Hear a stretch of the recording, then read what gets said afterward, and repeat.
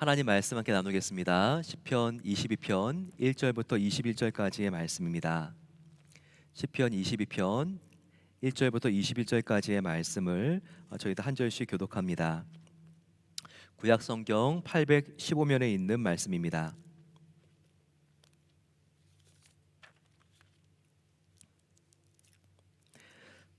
제가 먼저 봤습니다. 내 하나님이여, 내 하나님이여, 어찌 나를 버리셨나이까? 어찌 나를 멀리하여 돕지 아니하시오며 내 신음소리를 듣지 아니하시나이까? 내 하나님이여, 내가 낮에도 부르짖고 밤에도 잠잠하지 아니하오나 응답하지 아니하시나이다. 이스라엘의 찬송 중에 계시는 주여, 주는 거룩하시니이다. 우리 조상들이 주께 의뢰하고 의뢰하였으므로 그들을 건지셨나이다. 그들이 주께 부르짖어 구원을 얻어 주께 의뢰하여 수치를 당하지 아니하였나이다. 나는 벌레요 사람이 아니라 사람의 비방거리요 백성의 조롱거리니이다. 나를 보는 자는 다 나를 비웃으며 입술을 삐죽거리고 머리를 흔들며 말하되 그가 여호와께 의탁하니 구원하실 걸, 그를 기뻐하시니 건지실 걸 하나이다. 오직 주께서 나를 모태에서 나오게 하시고 내 어머니의 젖을 먹을 때 의지하게 하셨나이다. 내가 날 때부터 주께 맡긴 바 되었고 모태에서 나올 때부터 주는 나의 하나님이 되셨나이다. 나를 멀리하지 마옵소서. 환난이 가까우나 도울 자가 없나이다. 많은 황소가 나를 에워싸며 바산의 힘센 소들이 나를 둘러쌌으며 내게 그 입을 벌림이 찢으며 부르짖는 사자 같으니이다. 나는 물같이 쏟아졌으며 내 모든 뼈가 어그러졌으며 내 마음은 밀락 같아서 내 속에서 녹았으며 내 힘이 말라 질그릇 조각 같고 내 혀가 입천정에 붙었나이다. 주께서 또 나를 죽음의 진토 속에 두셨나이다.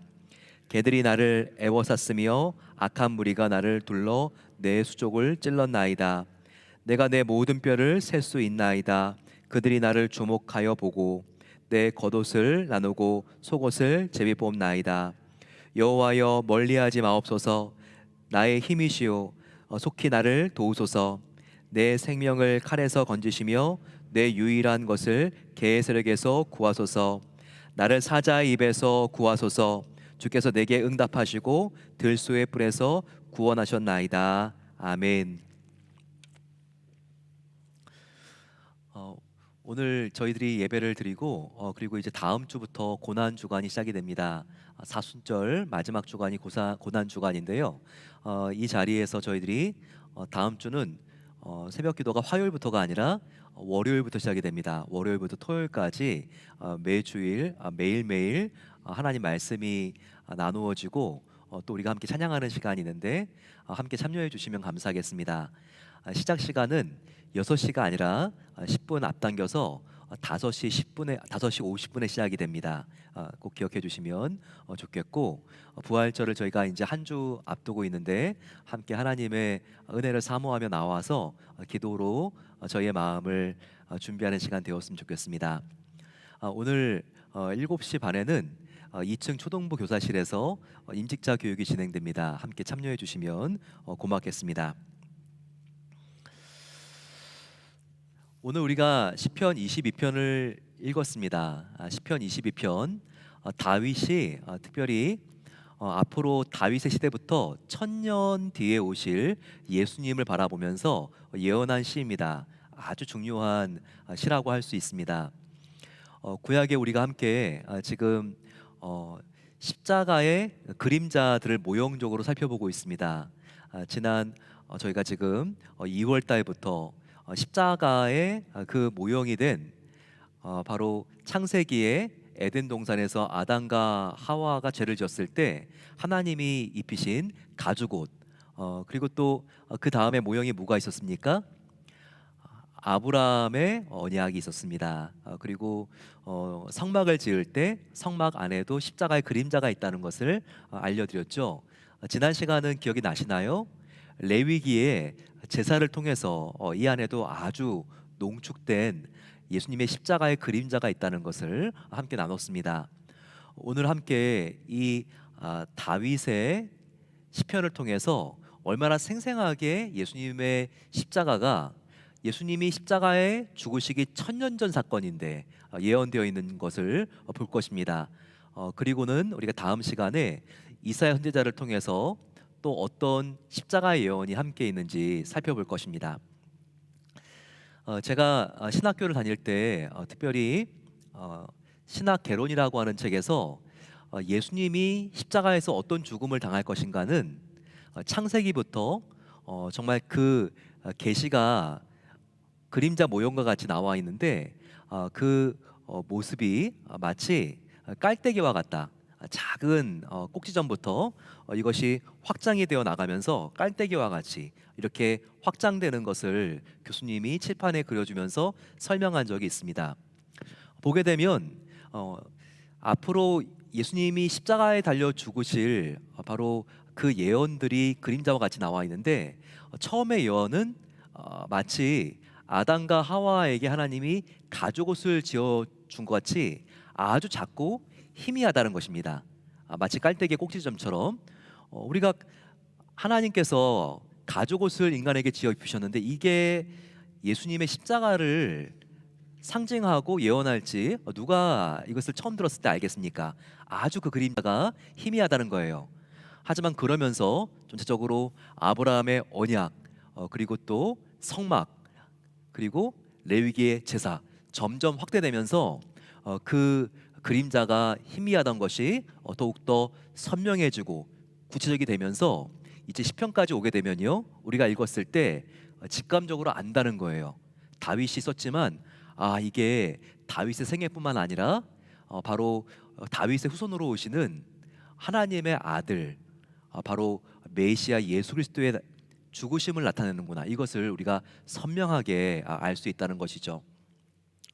오늘 시편 22편은 실은 다윗 왕이 왕이 되기 전에 사울 왕에게 쫓기면서 고난을 당했을 때 그가 그 고난을 회상하면서 지은 시입니다.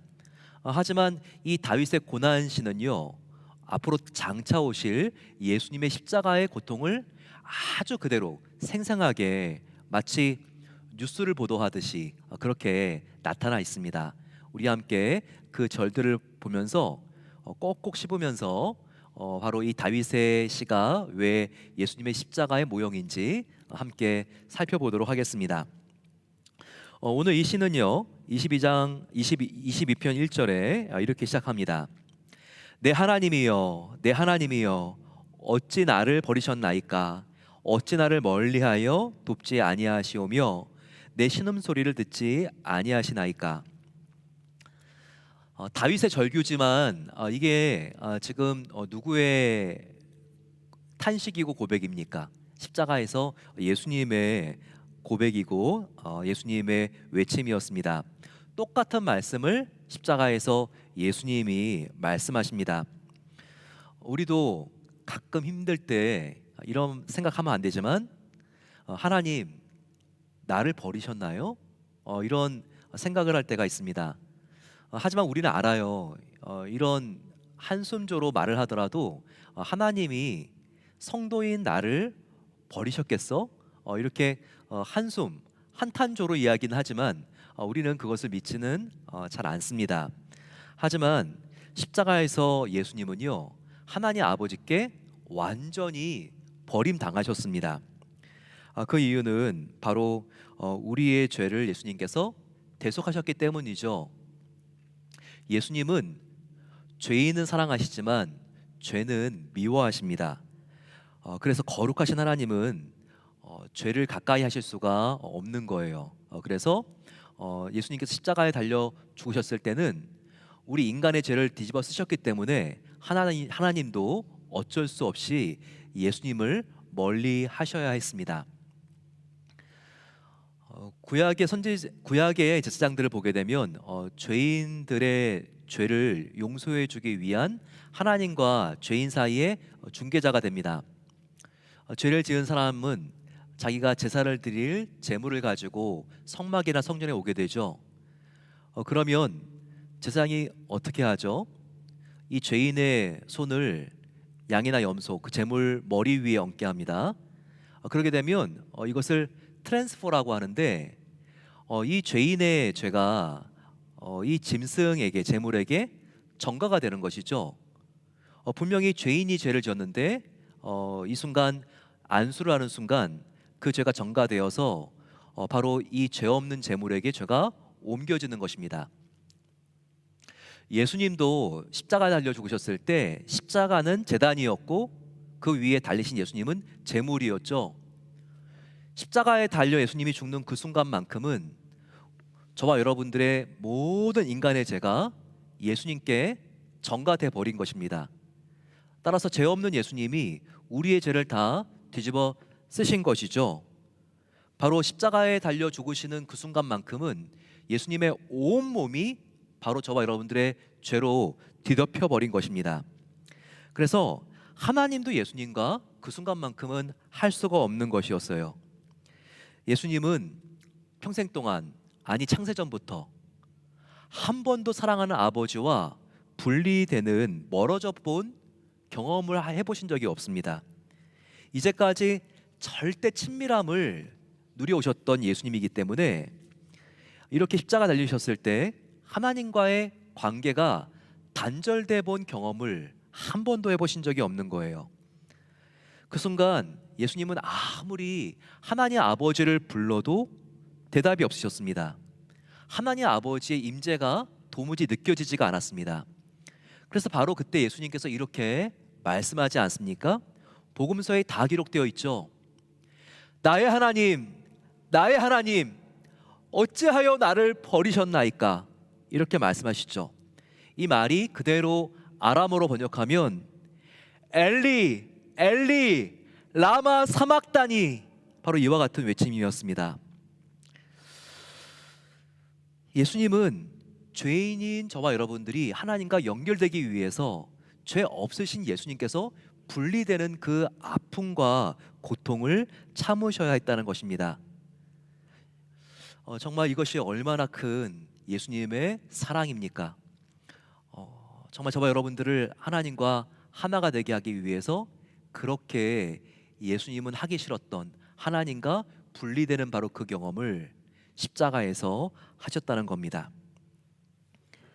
그 다음 주목할 만한 다윗의 예언은 6절과 8절에 나와 있습니다. 예수님이 이렇게 다윗이 말합니다. 나는 벌레요 사람이 아니라 사람의 회방거리요 백성의 조롱거리이니이다. 나를 보는 자가 다 비웃으며 입술은 비축거리고 머리를 흔들며 말하되 저가 여호와께 의탁하니 구원하실 걸, 저를 기뻐하시니 건지실 걸 하나이다.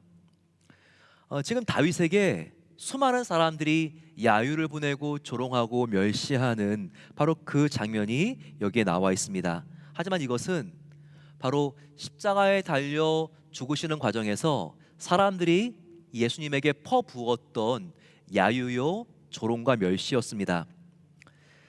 예수님을 체포하고 신문하는 과정에서 대제사장 가야바, 그의 장인이었던 안나스, 그들은 뭐라고 예수님을 놀립니까? 너가 하나님의 아들이라고? 너가 성전을 헐고 3일 만에 세운다고?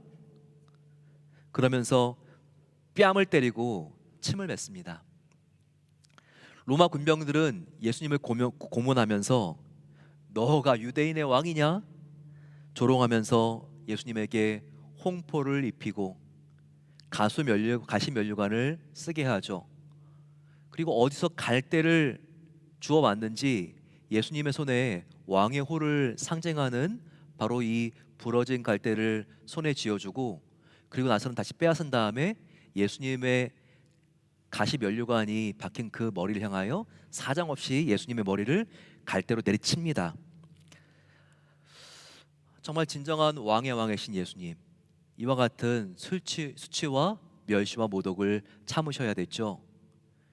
심지어는 골고다 언덕에 십자가에 못 박혔을 때 한쪽 강도에게 죽어가는 그 순간까지 계속해서 욕과 조롱을 당하셔야 했습니다. 너가 하나님의 아들이냐? 그러면 여기서 뛰어내려라. 바로 그와 같은 강도에게도 수치와 멸시와 조롱을 당했습니다. 그러니 6절에서 다윗이 했던 고백, 나는 벌레라 사람이 아니라, 바로 예수님의 심정이었던 것입니다. 예수님께서는 죄로 인하여 영원한 사망 가운데 떨어졌던 벌레보다 못한 저와 여러분들, 이 무가치한 사람들에게 하나님의 존귀한 자녀가 되는 이 새 신분을 주기 위해서 예수님은 정말 말로 다 할 수 없는 그와 같은 무가치한 추한 존재로 예수님은 스스로 전락해 버린 것입니다. 이것이 얼마나 감사한 일입니까? 예수님은 벌레 같은 우리를 구원하시기 위해서 벌레보다 못한 가장 추한 자리로 내려가셨던 것입니다. 그렇다면 누군가 우리에게 무시하는 말을 하고 그리고 우리를 저주하고 모독할 때 우리가 어떠한 마음을 가져야 될까요? 참 참기가 힘들고 어려웠을 것입니다. 하지만 나 같은 죄인을 위하여 벌레보다 못한 자리로 스스로 내려가신 예수님을 생각하면서, 그래, 내가 이렇게 하나님의 크신 은혜를 받고 구원을 받았구나 생각을 하며, 그와 같은 정말 나를 무시했던 사람들, 우리가 오히려 그를 불쌍히 여기며 품어줄 수 있는 그러한 마음을 달라고 하나님께 기도하며 나아가야 하는 것입니다. 11절에 다윗은 말합니다. 나를 멀리하지 마옵소서. 도울 자가 없나이다. 예수님이 십자가에 달려 죽으셨을 때에는 도울 자가 아무도 없었습니다. 예수님의 12명의 제자가 다 뿔뿔이 흩어지고 도망갔기 때문이었죠. 예수님이 십자가에 매달리셨을 때 정말 그 깊은 고독과 외로움 상상이나 해보셨습니까? 정말 예수님은 누군가 그 마음을 헤아려 줄 수 있는 사람이 그 가까이에 아무도 없었던 것입니다. 바로 저와 여러분들의 진정한 친구가 되어주시기 위해서 예수님은 진정한 벗들을 오히려 버리시는 아픔을 예수님께서는 참으셨습니다. 또한 다윗은 자기의 고통을 14절과 같이 묘사하고 있습니다. 나는 물같이 쏟아졌으며 내 모든 뼈는 어그러졌으며 내 마음은 촛밀 같아서 내 속에서 녹았으며 라고 나와 있습니다. 이 예언은 예수님의 십자가상에서 다 성취되었습니다. 골고타 언덕에 십자가를 세울 때에는 로마 군병들이 했던 방법이 밧줄을 이용하는 것이었습니다. 십자가가 처음부터 세워져 있는 게 아니죠. 상당한 무게를 지녔기 때문에 십자가를 밑에 엎어놓은 다음에 거기에 죄수를 못 박습니다. 그 다음에는 십자가의 두 날개에 밧줄을 매달고 그 지면에 십자가가 세워질 수 있을 만큼의 공간에 구멍을 뚫습니다. 그리고 나서는 십자가 양쪽 날개에 감겨져 있는 그 줄을 함께 로마 군병 여러 명이 당기는 것이죠. 그러면 전체적으로 밧줄에 의해서 십자가의 고도가 올라가면서, 그리고 이 십자가의 마지막 밑부분은 이 구멍 안에 그대로 딱 꽂히게 되면서 십자가가 세워지게 되는 것입니다. 그런데 십자가가 세워지게 되면서 그 십자가가 구멍 속에 갑작스럽게 쑥 들어갈 때 거기 매달려 있는 죄수는 어떻게 되겠습니까? 온 몸이 정말 산산이 부서질 정도로 그렇게 충격을 받게 되는 것이죠. 그 죄수의 모든 뼈가 다 어긋나는 것입니다.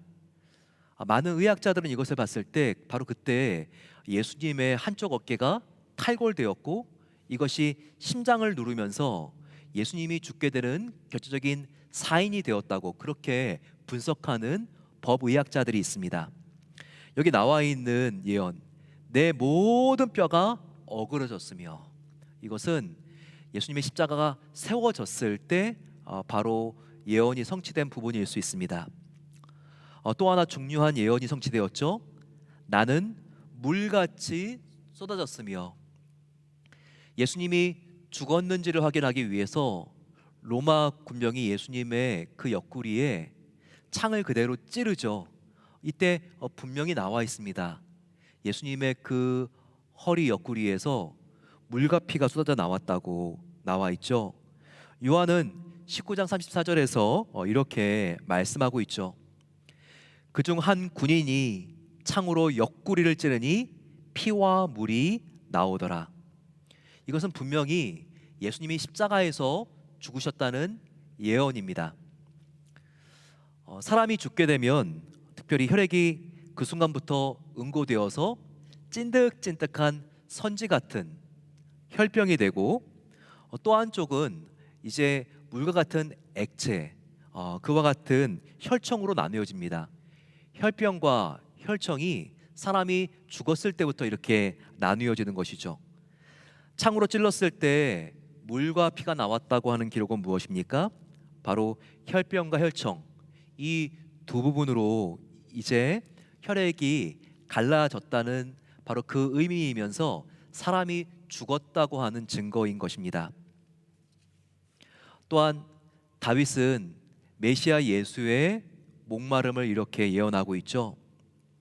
15절 보시게 되면 22편 15절에 내 힘이 말라 질그릇 조각 같고 내 혀가 이천정에 붙었나이다. 주께서 또 나를 죽음의 진토 속에 두셨나이다.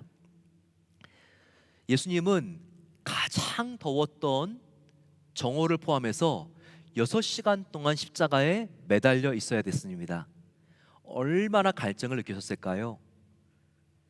그런데 예수님은 십자가에 달려있는 그 순간뿐만 아니라 겟세마네 동산에서 기도하다가 잡히셨던 그 순간부터 도살장에 끌려가는 어린 양과 같이 계속 질질 끌려다니고 대제사장의 신문을 받고 로마 군병들의 채찍과 고문을 받는 전 과정 속에서 예수님은 물을 먹지 못했습니다.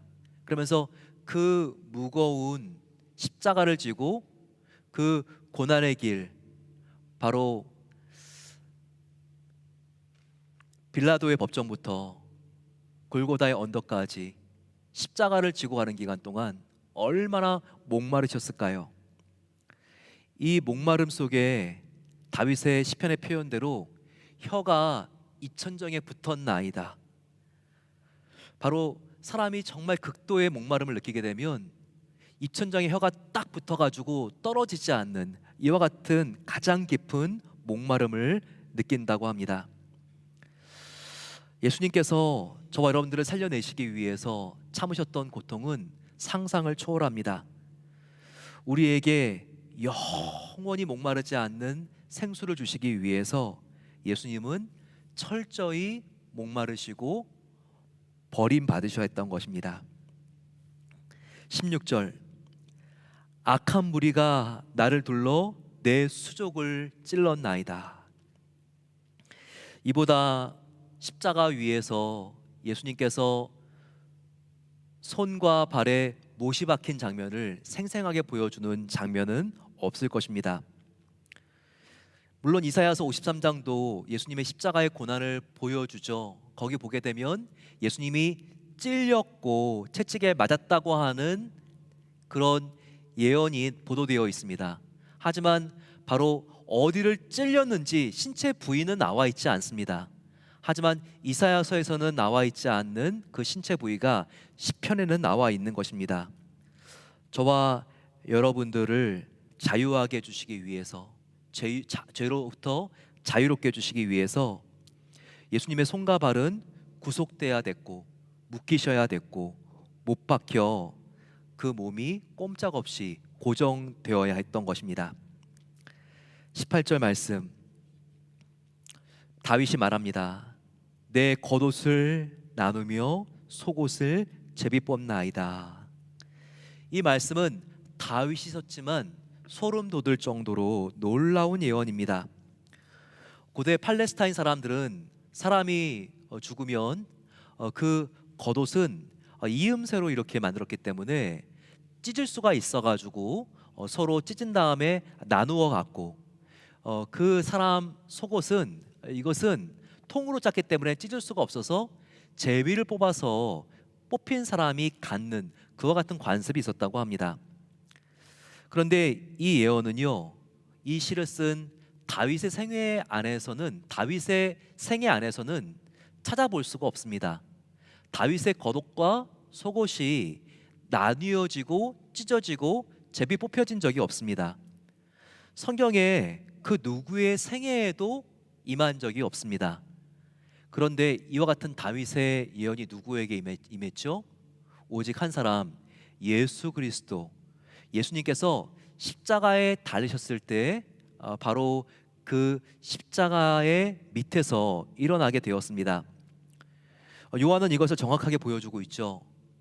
19장 23절과 24절 요한복음에서 군인들이 예수를 십자가에 못 박고 그 옷을 취하여 네 기수로 나눠 각각 한 기씩 얻고 속옷도 취하니 이 속옷은 호지 아니하고 위로부터 통으로 짠 것이라.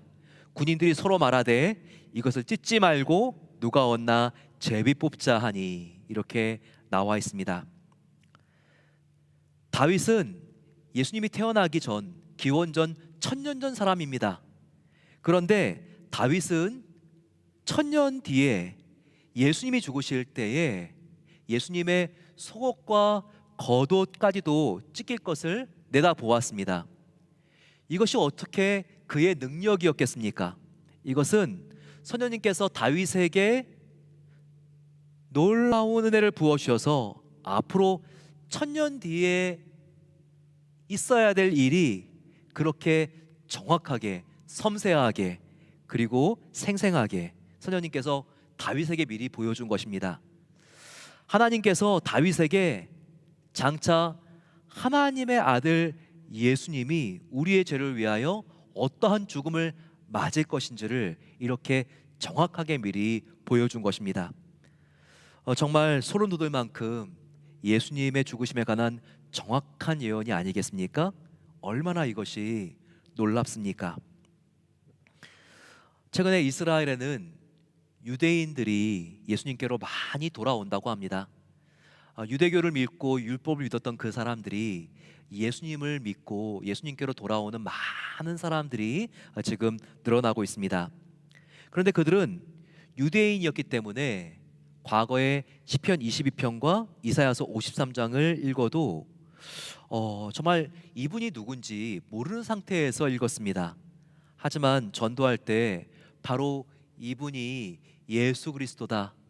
시편 22편에 다윗이 이렇게 지금 예언하고 있는 분이 예수 그리스도다라고 하면서 십자가의 모습과 이것이 얼마나 정확한지, 정확하게 일치하는지를 알려주게 되면 이분이 바로 예수님이구나, 이것을 깨닫고 유대인들이 예수님께 돌아오고 영접한다고 합니다. 아담과 하와에게 하나님 입혀주신 가죽옷, 아브라함의 언약, 하나님께서 모세에게 호렙산 아래에서 가르쳐주신 성막, 그리고 레위기의 제사, 오늘 다윗의 시편까지 구약에 나타난 예수님의 십자가의 그림자는 이렇게 놀라운 것입니다. 그러니 십자가가 얼마나 대단한 신비이며 우리를 구원하시기 위한 하나님의 위대하고 놀라운 은혜의 방편입니까? 이것을 알면서 저희들 이 십자가 앞으로 감사하면서 십자가를 의심하지 않고 나를 구원한 십자가입니다, 십자가 붙들고 나가게 되시기를 간절히